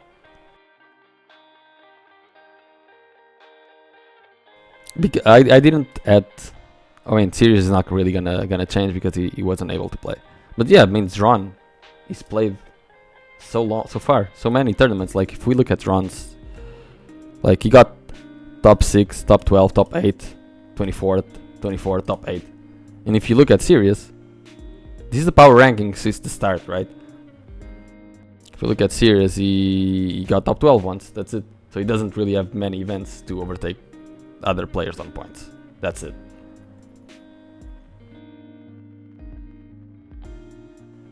I remember I had done something. What is this? Oh, this doesn't work. Is it crash? Oh, I was just trying to do this again, but it didn't work. It was, I think, up to whatever. I never finished this.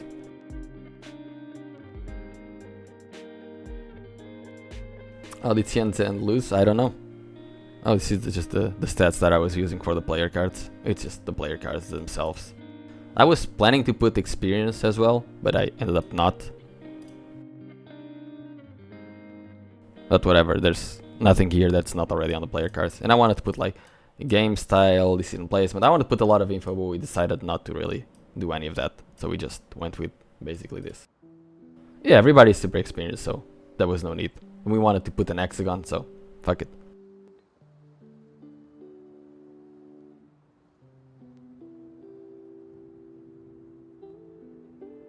But yeah, I think for me, like, the biggest surprise of the tournament, as I said, was Dramis and CNZ dropping in group, especially Dramis because he was already in QPL now, and Buckster getting the top 8. And also, you know, Kilson losing 6 maps in a row. that's it. The rest was some upsets here and there, but nothing too surprising. Xanaku getting 4th place was great. Everything else seemed pretty standard. What about you guys? Who was your favorite player of the tournament? Who underperformed? Who overperformed?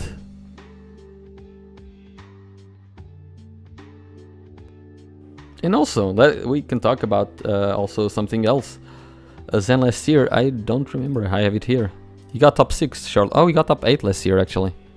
I don't remember this. Oh, right, he lost to Wenger in here. Which, I remember this game. This was heartbreaking. Oh, and then he had to go versus Rafa. Right, he had to go versus Rafa. He beat Sirius and then he had to go versus Rafa. And he still took a map, but last year it was hard because Rafa got knocked down to the lower bracket. And everyone else just destroyed everyone in the lower bracket. Who did he lose to? He lost to Maxer, right? If Maxer had been knocked down to the lower bracket, it would have been Xanaku Maxer here. But yeah, Maxer last year, he really fucked the tournament up by beating Rafa and Wenger.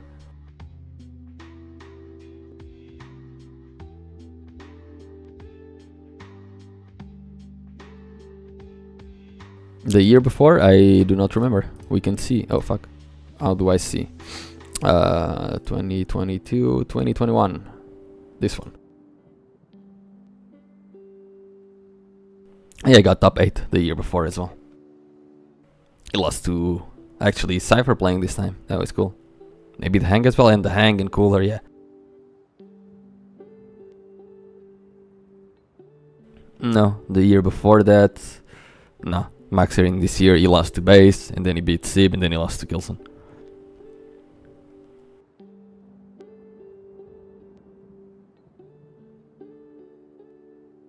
Yeah, 2022.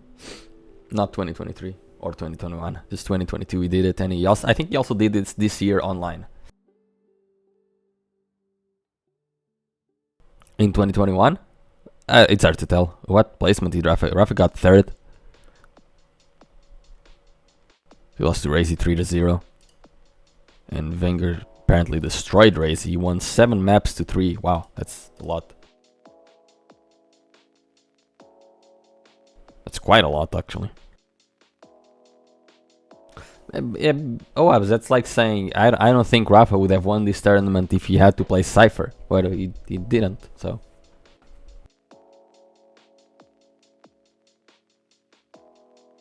Yeah, I mean, Razy is Razy, right? This is cool. How many times? Kilson is here 3 times and then once more in the 3rd place. So in the top 3, Kilson appears 4 times, Razy appears 7 times in the top 3, Cooler appears 2 times in the top 3.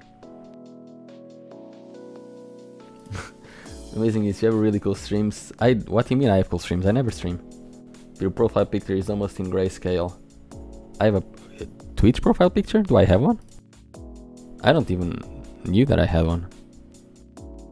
Oh, this. Yeah, my sort of logo. Yeah, I don't even remember I had it. I can change one day. One day, man. Maybe after this stream I'll do it. Thank you for saying that. Cooler appears here 2 times in top 3. We're named Rafa appears 1, 2, 3, 4, 5, 6, 7, 8 times in top 3, with 5 of them being first. It's insane. And then Wenger appears once, 2, 3, 4 times in top 3. And then who else appears? Cypher 3 times in top 3. Base once somehow in a LAN. That's impressive. And Maxer once as well. I think that if there's a new Quake, Rafa's still gonna win from the start. I mean, if there's any Quake, regardless how new or old it is, Rafa is always gonna be. Rafa is the best Quake player ever, so. Crazy Hardlock second. Unlucky. Okay, guys, now let's go into, I don't know. I don't really have much drama, but Sincara has been working a lot on Sacrifice apparently. I think Pikmip should be almost ready to be put in a patch. But he's been working a lot on Sacrifice, and apparently the players still don't know when the hell the next season is gonna start. So, can we theorize that the next season might be a team mode? Can we theorize that? How would you guys like a team mode next season, whether it's 2v2 or Sacrifice? I don't know if we would have enough players for Sacrifice. A 2v2 would be cool. I'd still prefer Sacrifice because I think Sacrifice is the best mode to come out of Arena FPS since fucking ever.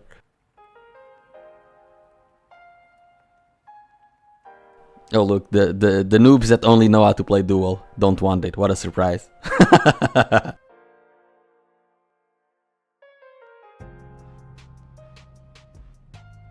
Yeah, money-wise, it's probably really hard to do. I would like to see just one different season. I don't care if it's the format that changes or the mode. For one season, I would like to have it changed. Because the same format has been going on since 2019 and it's a little bit boring now. Especially for the players that don't make it to QPL and they have to qualify. They basically don't play for a whole year. It's like a whole year without playing. And even for the players in QPL, they play for 6 months without breaks, and then they're stopped for 6 months. It has a weird and a bit boring format by now. I would like to see, instead of a league, maybe tournaments, like a big tournament every 2 months, maybe 15k as prize pool, you know, because the Quake Pro League, I think how much does he pay the regular season? Like 70k. In the season, right? So if you would remove that and just make a tournament every 2 months, or even a 10k tournament every month, it's still 10k less total. And if you make a big tournament every month, even if it's online, it's insane. Like imagine the 10k tournament next month. That's fucking major. Instead of a study which has like $150, $200. You would have a 10k tournament, like every pro would play it. And if a pro would get very burned out, they could just not play tournaments for 1 month and play the next month. And tournaments are usually much more exciting than the league to watch. Check how much Raze he earns on his study per year. Probably gets a lot. Look at this these pages breaks my fucking heart, man. I don't think all of his studies appear. Yeah, his studies haven't appeared here for a while, apparently. Wow, a huge $8, $40, 40. I think he gets like 100 now, right? Because I think it's 100 now for first place or something. Yeah, Wikipedia guys have retired, apparently. Maybe it appears on Plus Forward. Like Plus Forward is a really cool page. It just sucks that no one really updates it anymore. We have all of these different pages like Quake Pub with the stats, and Church of Quake with articles, then Plus Forward with some you know, history, then Wikipedia with a lot of stuff, and then you have every different tournament organizer with their own mini community in the Discord. I think if most of these people would team up together, they would make something fucking incredible. And I hate that if I want to see something, I have to constantly go to another page to check out stuff. Like, if I want to see this, I have to go here. If I want more information about the tournament, I have to go to Wikipedia. If I want to figure out which tournament is going to happen next, I have to go to Church of Quake. Because I am in like 100 fucking Discords and I still miss out most of the tournaments. Yes, Reality had some features, but still not as many as Plus Forward does. Plus Forward has so many features. And if you added even if you only add Plus Forward, if you would put the Church of Quake guys writing stuff here instead of being it in a blog, if it was teamed up with this would be already fucking massive. Like, we don't even have a fucking calendar of like tournaments that are gonna happen. Like, this is here, but like nobody cares about this. Like, where are the tournaments? Sure, the Church of Quake guys could make something like this. Like, and have a tournament there. Because if you want to know what the fuck is the next tournament, and you're like me, and you're like in a million Discords trying to figure it out, you don't know. Unless you already knew previously because someone told you, you wouldn't know what tournament happens tomorrow. You wouldn't know what tournament happened today. You don't know what tournament happens in a week.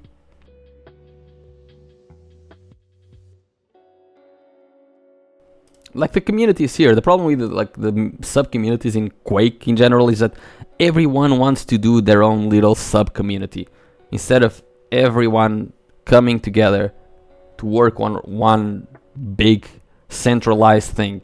That's what Yes Reality was, right? In Yes Reality you have everything community driven and it was centralized.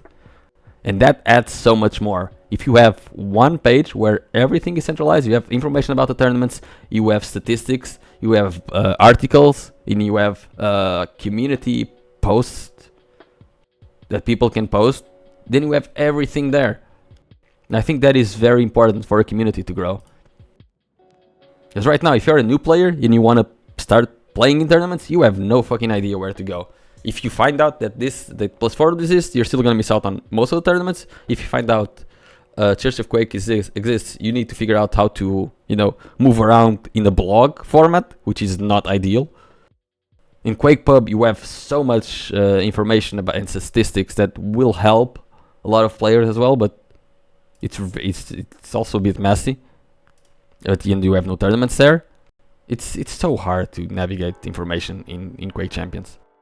And I really wish there was a centralized way to do it. And I've talked to people about doing, make a Twitter account post. But Church of Quake already posts about all the tournaments, but it's a blog. It's not a calendar. In 2018, when I was around a lot, I did a calendar it was a calendar like this, but it actually had the tournaments. Insane Bar started a controversy. I'm about to close the stream. I've already been here for 2.5 hours and my throat is killing me.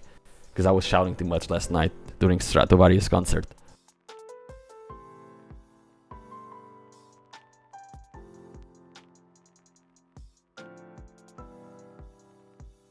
Also, I heard that Rafa might be moving to EU.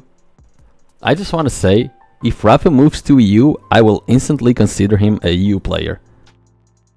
And no one in NA will ever even get top 4 in the tournament ever again. NA in shambles.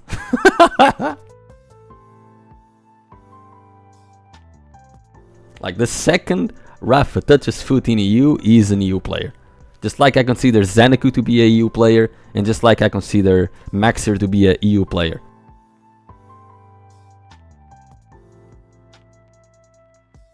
Because there is no one that can succeed to Rafa.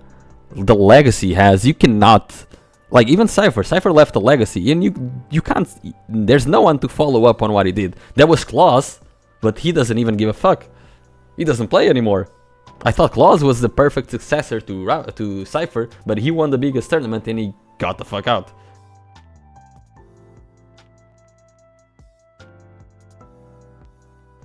Does Claus even exist anymore? I saw him play something not that long ago. I think he played like random shit, right? Because he won... How much did Claus win? Like, if I want to see how much Claus win, now I have to come back here and look for Claus. Okay, you got 250k from Quake alone. And then Apex, he got 50k. So he got 300k earnings, right? Without counting salaries or anything. 300k, he can live 3 lifetimes in Belarus with 300k.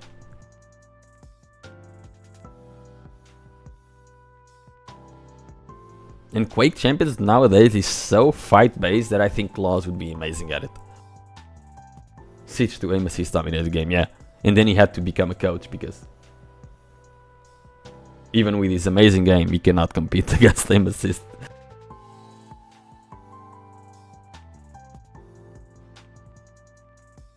Oh guys, I actually made something on Twitter. And guys, choose to. Go on. Choose to. This is the last thing I'm gonna stream, and then I'll close the stream. What, if you had to choose two, what do you choose? 4 and 6. 4 and 6, so 10 years younger and become a master in any skill it chooses. Okay, this is a bit misleading. It's not in any skill it chooses, it's in become a master in one skill of your choice. What skill would you choose to be a master of? That flap.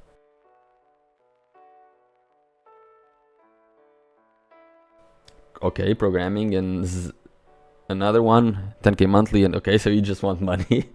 And ZP, 7 languages in 10. Okay, what languages do you wanna learn? List 1 in 6. Okay, which skill list? Which skill do you choose? I personally would go for 1, because 10k monthly would allow me to stop working and focus on pursuing whatever I want to pursue, and good permanent physical shape, because I really fucking like food and I really fucking hate working out. So if I could if I had enough money to work on whatever I want and I could keep hitting McDonald's every day, holy shit, I would be fucking unstoppable. I win next QuakeCon. Give me 10k monthly and good permanent physical shape, I will win the next 5 QuakeCons.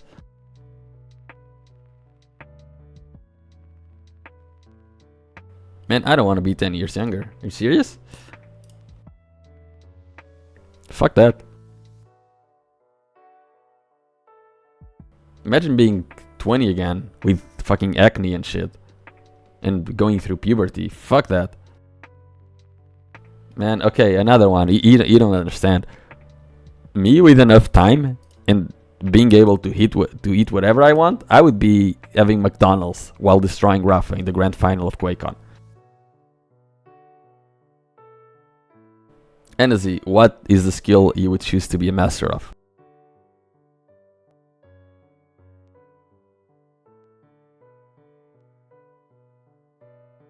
What do you mean that flap? I went through puberty. My puberty is still going on.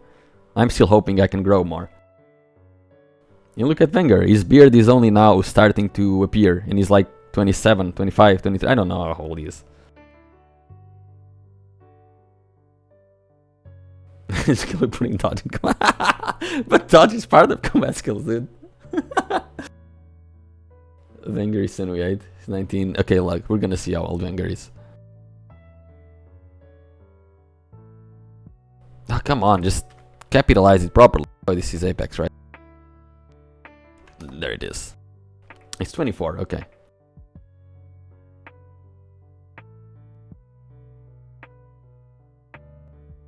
I think they're all kind of the same age, right? He's 24, Claus is 25, and Sirius is 25. Then you have kids still. Like, yep, I think 20, maybe, fuck's sakes. Why doesn't this capitalize it properly? Yep, he's like 20, oh, he's already 24. Oh, damn it, yep, you're screwed then. You're too old now. Strong Stage is still 19, like, this is insane. I wonder how good Strong Stage will be when he's like 23.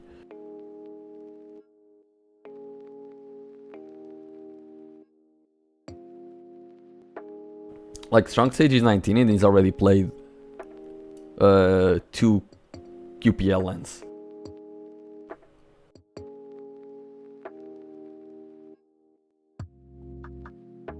How old are you now, Celts? Aren't you like 23, 22, 20 something? 22, oh yeah, he's still 22.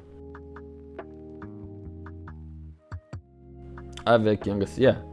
Okay, look, I did this the other day. Quaker's earnings.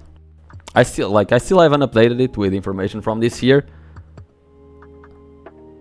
And I'll probably remove this part because it's really hard to count.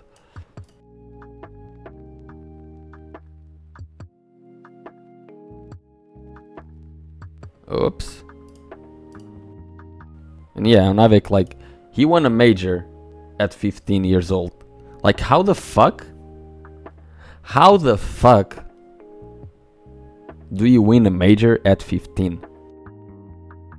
Like, how? Even Cypher and Cooler were winning majors at like 16. That's fucking insane. Like, that makes no sense to me. Like, a 15 years old? Best shit talk now. I have the best shit talk. No disrespect to 04, but the only shit talk I remember him doing is versus DKT. Yeah, Cooler was probably 16 or 17 when he won his first tournament as well. Yeah, that's it, 40. That's it. That's the one time I've ever seen 04 even talk.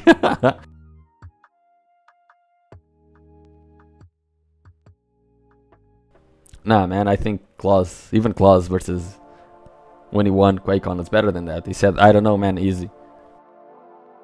Yeah, I've seen it the first time, another one, when he wrote that, and that's, you know, and that's because you don't see any player in the new generation. Like, how can you even compare Cypher, Rafa, Ave, Cooler, Kilson to these players? You're comparing legends who have won multiple world titles to players that have just been around now. Like, you can consider Razy and Vengar maybe to be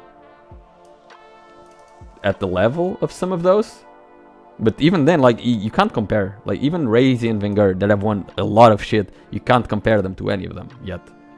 It's not that they're weaker. They have not even had time to compete in half the tournaments. Like, if maybe in 10 years you will see you can see it, but you can't. Like, Kelts and Yup and Sage have played for like 2 years. You can't say they're weaker. Besides, Quake is a game that gets harder and harder progressively. No, because if Cypher would appear today, he would not win a major, like if he was 16 now. Because everyone got a lot better. Like, the game was a lot newer then. He was still the best, but the game was a lot newer. It's hard now to become the best when the game has already evolved so much. You have a lot more to learn. If it was a new game, then yeah, the new players would have a chance to become legends. But when the game has been around for so long, it's so hard to get to the top. That's why you don't really see anyone under 25 even get close to winning a title. The only one that did it was Klaus. Right, he won a fucking major at 19. Which of the current QPL players would still remain in the league if Quake was as popular as Fortnite? Rafa, probably, because Rafa is Rafa. Rafa, Vengar, Razy, and that's probably it. I would assume Strong Sage and Celts. Perhaps, because they're still young. Maybe Yup.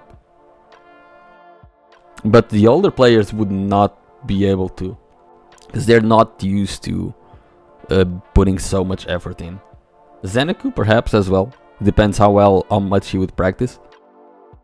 But I don't think any one of the other older players would be able to stay in.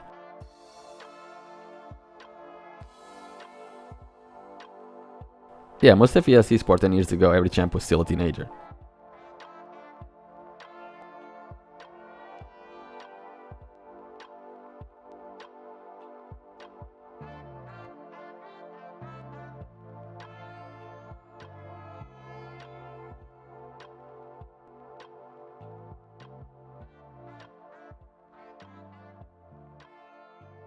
You think if Quake had the same population as Fortnite or CS, Rafa would remain as dominant as he has? I don't know. It's hard to imagine. Imagine if we have to look at it like, imagine that now there's going to be a 5 million tournament or like 1 million tournament every year. We would get the next 5 years with a 1 million tournament LAN every year.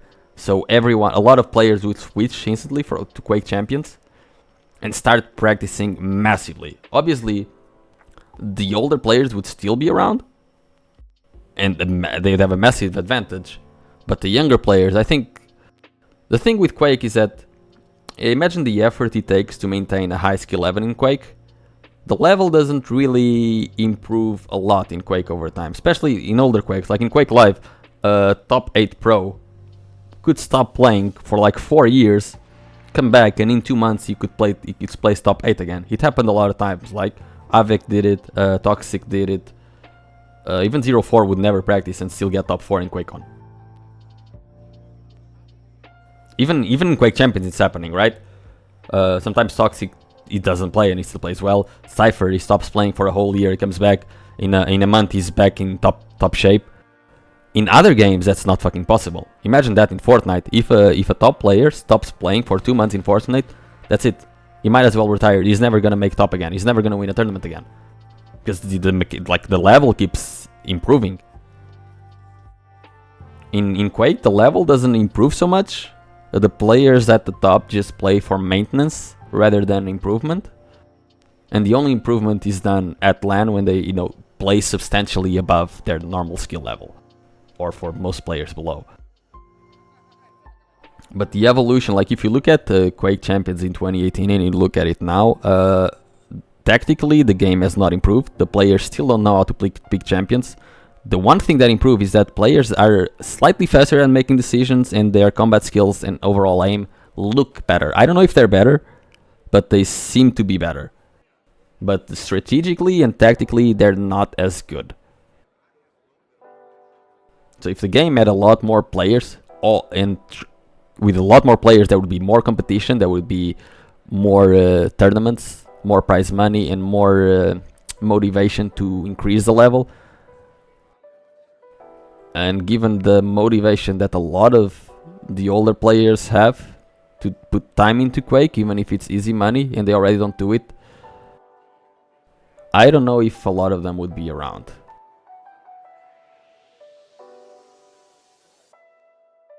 Yeah, being the best in a pool of like 5,000 or 500 players in Quake is impressive, but being the best in a pool of 5 million would be fucking insane. So I don't know. I think Rafa definitely could do it. But I think Rafa, like, the more competition he has, the more he practices. He's very dedicated, he's very focused. But some of the others, like Vendor, seems to be very dedicated as well, Razy as well, especially because he comes from Counter-Strike, and for them, practicing 10 hours a day and practicing every day is a given, only to maintain their skill. And Razy doesn't, like, compared to Quake, what he practices with Quake with what he practices in CS, he probably thinks that he barely even practices.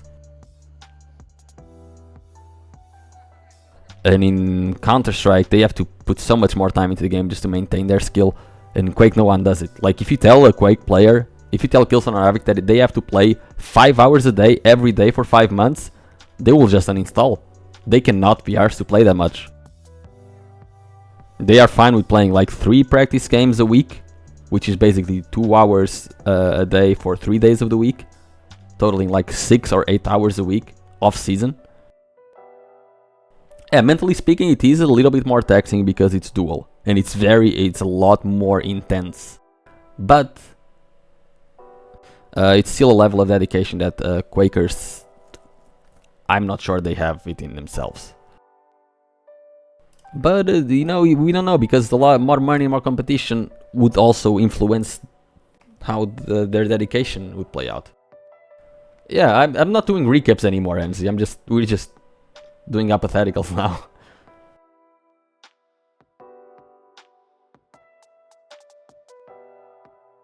What happened with Killson this year? I think I explained it, because like with Killson's style, it usually goes like this: like, he either destroys everyone or he gets destroyed. I actually have I don't remember where I put it. I actually don't remember where I put it. Was it in player cards? Was it here? No, it wasn't here. Fuck, I don't remember where I put it. Me, I'm really low on the list. On Quake earnings, I probably have like 5k. Oh no, there we go. I have 7k apparently.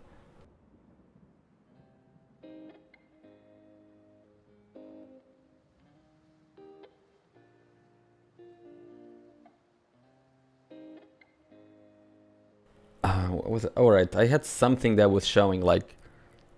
I have to find it because I can't. I actually don't remember where I put it.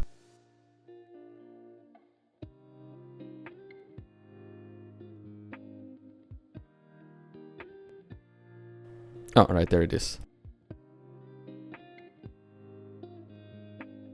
I found it. Right, like the number of flawless victories.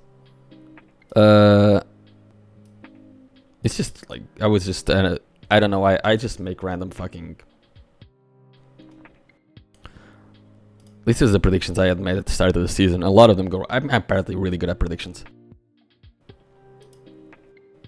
Like, Wenger has never lost 3-0 this season. Raziev has never lost 3-0 this season. They've won a lot of 3-0s, these three. Wenger had one close loss, Rafa had one close loss, and Razie had a lot of close losses, but never lost 3-0. And look at Kilson. He has some flawless victories, and he has some where he also loses 3-0. And if you look at series, he never loses close, right? When he loses, he just loses 3-0. And Kilson is kind of the same thing. Whenever they lose, since they can't find a counter to it, their adaptability isn't that high. Whenever they're about to lose, they just completely lose. Because their style isn't really adaptive. Their style is like, it either works really well, or it doesn't work at all. Since their style has a lot of holes, but they're there to counter for other players. But if they do find a counter for their style, it becomes very easy. And I don't think Kilson was allowed to play style on this LAN, and he was not able to adapt.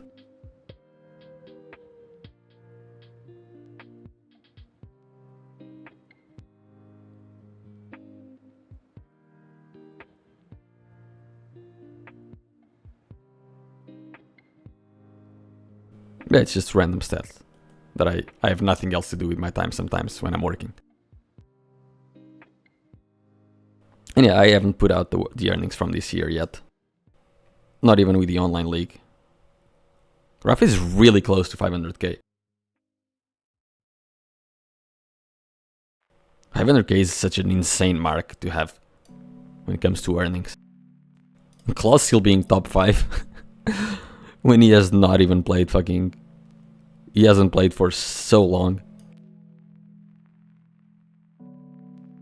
Even the Hang, like the Hang, look at the earnings of the Hang has 5 QuakeCon and 3 DreamHack titles. I have 3 jobs, Murdoch.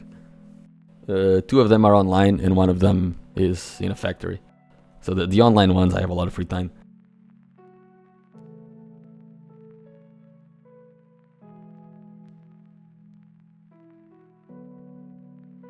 Like, Kilson has a style where he's very good at defending and very good at holding positions, but if he finds himself behind, he does not know how to get the frag back. Whenever he has to be the one getting an item, he's very good at baiting items, but whenever he has to go out of his way to get an item and to chase his opponent, he completely fucks it up. Most of the time. It's because the style that he has played, it's a very hard style to make work. He plays very well in the tied scoreline or when he has a lead, but when he's behind, he has not found a way to make it consistently work.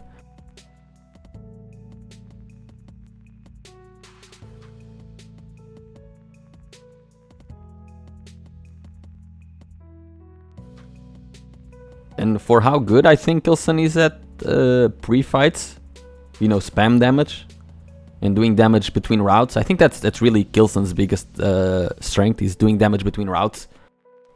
Is the damage that he doesn't seem to do in fights. Especially his weapon selection in fights seems really weird. Rap is top 500 all-time esports earnings? Probably. Let's see. Oh, I didn't want to see games, but whatever. You can just see players.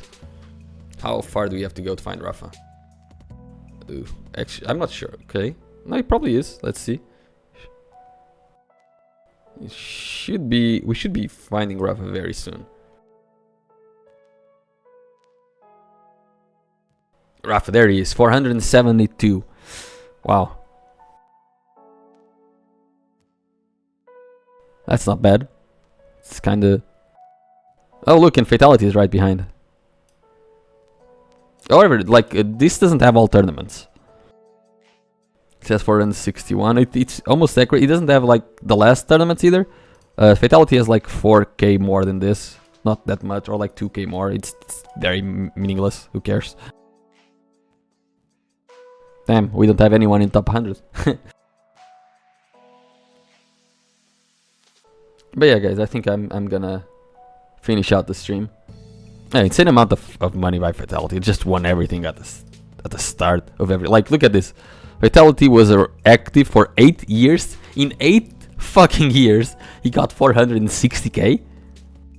How much is that per year? That's like 50k per year, right? Which doesn't seem that much, but it's still an insane amount. And Claus in 6 years, he wasn't really active for 6 years, right? But in Quake Champions, he got 250k for playing like 1 year.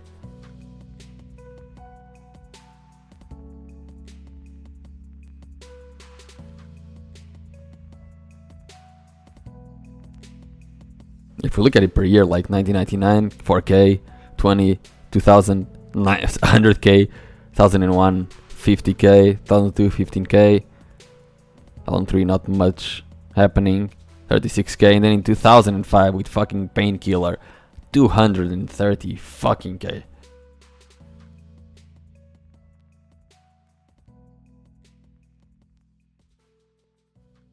I don't think Fatality is irrelevant. I think Fatality is basically like Quake. Like, everyone knows he's around, but no one really cares much. I think we've fallen into... Yeah, I guess it's called irrelevancy. State of irrelevancy. That kind of state that we're at.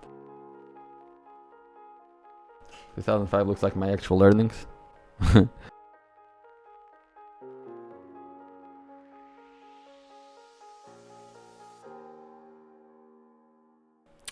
Cypher is, I mean, he lives in Belarus, so he's unable to compete in QPL.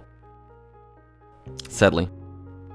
And it's such a tragic story with Cypher, because he has not been able to compete in QPL or like anything in America for like 8 years now.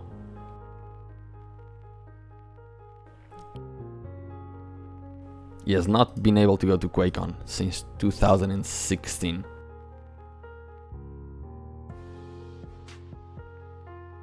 And we have to ask the question, like, would the players that we have, would this still be the top 4-6 if Cypher was around? Would Rafa still be as dominant if Cypher was around? Because the only player that has really been able to go 50-50 with Cypher, with Rafa, was Cypher. At least that we've seen. Like, I think we can compare them here, right? This is a great website for this kind of stuff. I don't think it... This is only... Sadly, this is only Quake Live. We have to choose the game.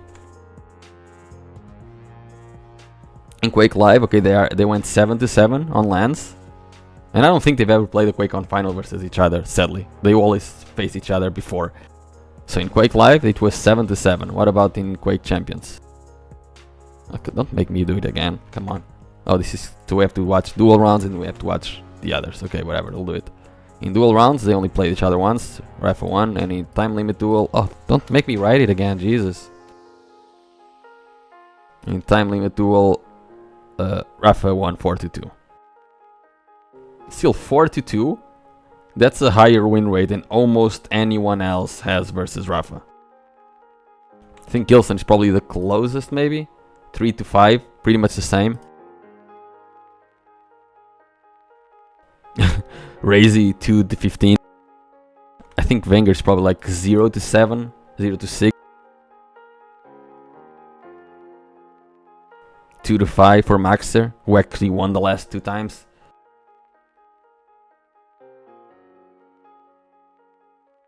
The Hang 1-9. Like, nobody can beat. No one has a good win rate versus Rafa. That's fucking impossible. I think Kilson is the one with the highest win rate. 3 out of 5, 3 out of 8. That's pretty fucking good. That's like 40%, right? I don't know. I can't do math. How much is 3 divided by it's okay, 375 and 2 out of 6? Yeah, 30% win rate for Cypher and 37% win rate for Kilson. Cooler 0-1 in time limit duel. What about round duels for Cooler?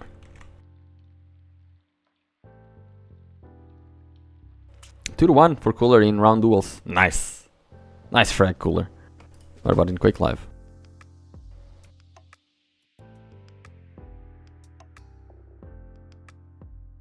Cooler is best indeed. And then 3. Wow, so Cooler actually has, in everything, he has 6 out of 12 versus Rafa. So Cooler has the highest win rate out of anyone versus Rafa with 50%. Cooler confirmed best player forever.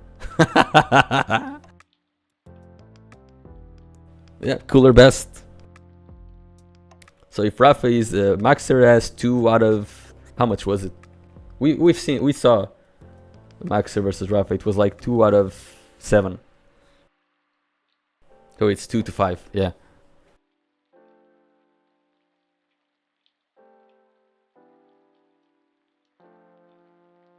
Yeah, Cooler the best. If Rafa is the best Quake player of all time, Cooler also is.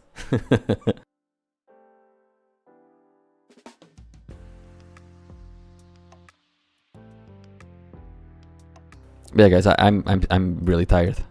Let's go host someone and go away. And thank you for being around. Why this never post to like viewers? Who do we host? Oh, I might go play some Quake to get Elo from Burblefish. No, Cooler hasn't played Quake Champions in fucking long. Let's see, his last tournament. He played a show match last year where he lost. Before that was only, you know, he hasn't cared about Quake in a very long time. 2019 when he won the final. After that it's been meh. Zoot got a job, a wife and a kids. That's what happened to him. Life hit him. But yeah, guys, who the hell do we host?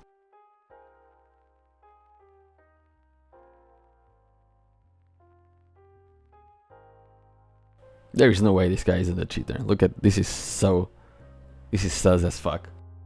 The best player on this list? Who's the best player on this list? Oh, it would be Hran.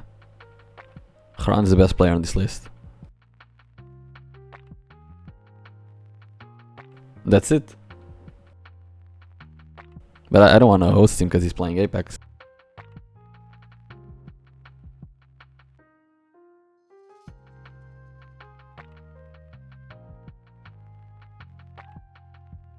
Oh, there's more people here. How did I miss them? Oh. Oh, look. Holy curry. This is the guy that does a lot of work for Church of Quake. So you guys go say hi to him and thank him for the work that he's doing. Even if you don't follow Church of Quake, which you should, because it's a really cool blog. And even if I think all of the people that work there and in other sub-communities, they should all team up, he still does a lot of work, and we should all be thankful that people like him exist. So go there, drop a follow, and say thank you for the work, please.